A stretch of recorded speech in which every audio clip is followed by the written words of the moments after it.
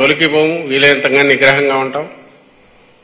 But control చేయాల్సిన EC at least ఇప్పటికైనా ఎన్నికల కమిషన్ మేలుకొని కరెక్టివ్ మెజర్స్ చేసుకోవాలనేది మా విజ్ఞప్తి. అలాగే చంద్రబాబు నాయుడు గారికి సంబంధించినంత వరకు పోలింగ్ అయిపోయింది. ఎవరికి వేశారో జనం వేశారో ఈవీఎంలో నిక్షిప్తమైనవి. జూన్ 4న అది బయటకు వస్తుంది.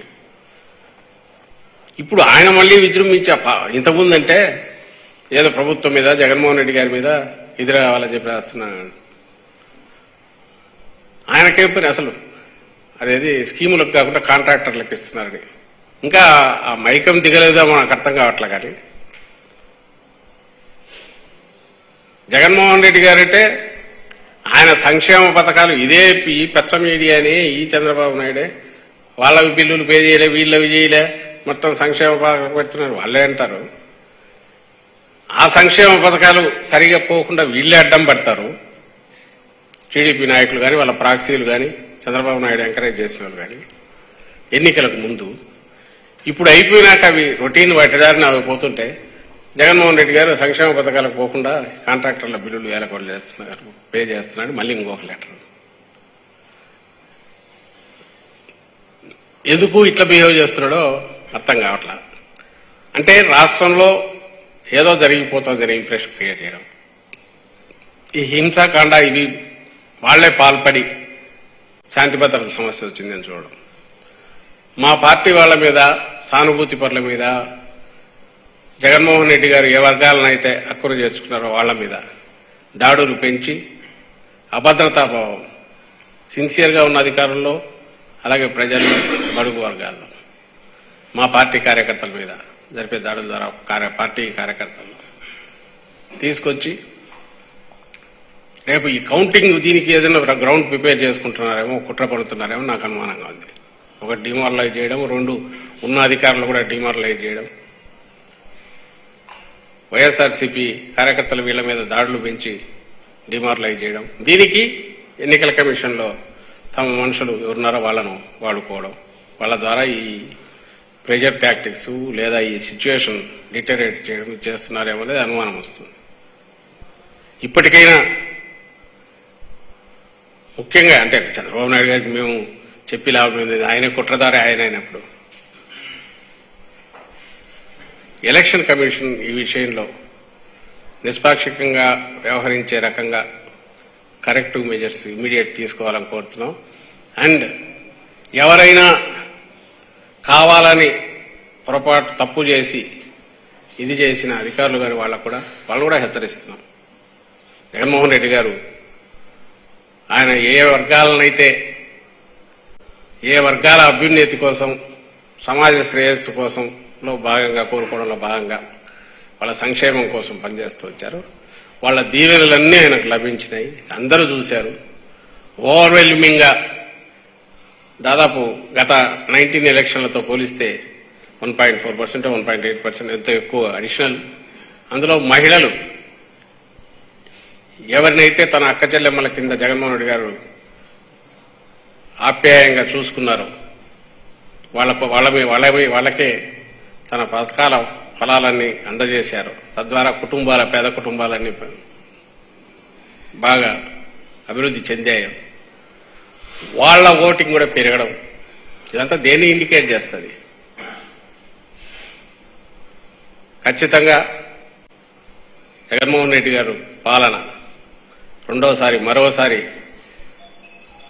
సమాజ శ్రేయస్సు కోసం, సంక్షేమం కోసం, అభివృద్ధికి ఏదైతే ఆయన మొదలుపెట్టాడో 19లో యజ్ఞం, అది 2029 వరకు అవిఘ్నంగా జరగడానికి అవసరమైన బ్లెస్సింగ్స్ ఇచ్చారు. అది క్లియర్గా కనపడుతుంది. Mandate is very clear. కాబట్టి ఈ 10 రోజుల ఏదో ఎవరు ఇష్టం చెట్టు వాళ్ళు చేసి ఇది అనుకుంటే వాళ్ళందరూ ఖచ్చితంగా అయితే దృష్టిలో పెట్టుకుంటాం. అలాగే పార్టీ కార్యకర్తలకు చెప్తున్నాం, సంయమనం కోల్పోవద్దు, ఇంకొక 2 వారాలు. కానీ ఈలోగా మా రిక్వెస్ట్ అయితే ఎన్నికల కమిషన్ తన బాధ్యత, తనకు ఏదైతే చాలా దాన్ని ఏమంటాం, మొత్తం బాధ్యత ఇచ్చిందే మంచి వాతావరణం ఉండాలా, లేకుంటే నిష్పక్షపాతంగా వ్యవహరించి ఎన్నికలు కండక్ట్ చేయడమే కాకుండా కౌంటింగ్ వరకు రాష్ట్రాన్ని కంట్రోల్ చేయాలని ఏదైతే పెట్టారో అది అధికారం కాదు, బాధ్యత. ఆ బాధ్యత సక్రమంగా నిర్వర్తించట్లేదని వచ్చిన ఇంప్రెషన్ ఏదైతే ఉందో తొలగించుకోవడానికి ఇమ్మీడియట్ కరెక్టివ్ మెజర్స్ తీసుకోవాలని కోరుతున్నాం. Thank you.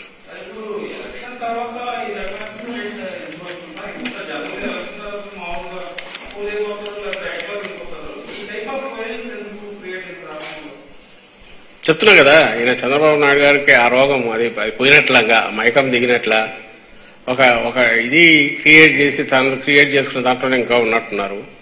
లేదు నేను అంటున్నట్టు డిమోరలైజ్ చేయాలనే దీంట్లో ఉన్నట్టున్నారు. ఆయనకు వ్యవస్థ ఒకటి ఏదన్నా తనకు దాని మీద పట్టు దొరికే రకమైన అవకాశం వస్తే దాన్ని వాడుకొని లాస్ట్ డిచ్ ఎఫర్ట్స్ కూడా లాస్ట్ మినిట్ వరకు ఏదైనా చేస్తాడు. అందులో భాగంగా చేస్తున్నారేమో అనిపిస్తుంది. నాకు అనిపిస్తున్నది ఈ 15 రోజులు అల్లకల్లోలం క్రియేట్ చేస్తే ఏదన్నా దాని ఇంపాక్ట్ ఎక్కడికెక్కడ మా పార్టీ వారు కొంత ఇదవుతారనో, లేక అధికారులు భయపడి రేపు వాళ్ళు చెప్పినట్టు ఆడి కౌంటింగ్ దగ్గర ఏదైనా చేయొచ్చు అనుకుంటున్నాడేమో. కానీ ఆయన పప్పులేం ఉడకవు.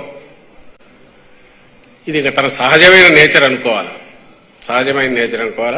బహుశా బయట ఈ 15 రోజులు ఆయనే వస్తున్నాడని ఇంప్రెషన్ క్రియేట్ చేసేందుకే రాస్తున్నట్టు. లేకపోతే గవర్నర్కు ఆయన రాయడం ఏంది?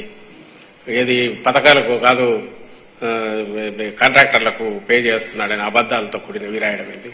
ఇవన్నీ కూడా చూస్తే ఏదో he is trying to send a message. మరి ఈలోగా ఏం చక్కదిద్దుకోవాలనుకుంటున్నాడో తెలియదు ఆయన చేసి. ఏదో తన నేచర్ లేదా తన కుట్ర ఉందని అయితే అనుకుంటున్నాను దీంట్లో పూర్తిగా.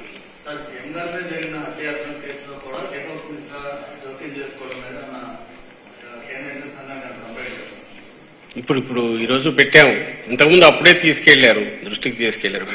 ఇప్పుడు చెప్తున్నాం కదా, ఇవన్నీ ఏదైతే ఈ రోజు పెట్టారో కంప్లైంట్లో పెట్టడం కానీ అంతకుముందు ఇవి త్రూ ప్రాపర్ ఛానల్ డిస్క్రీట్ గాను ఇన్ఫార్మ్ చేస్తున్నవే.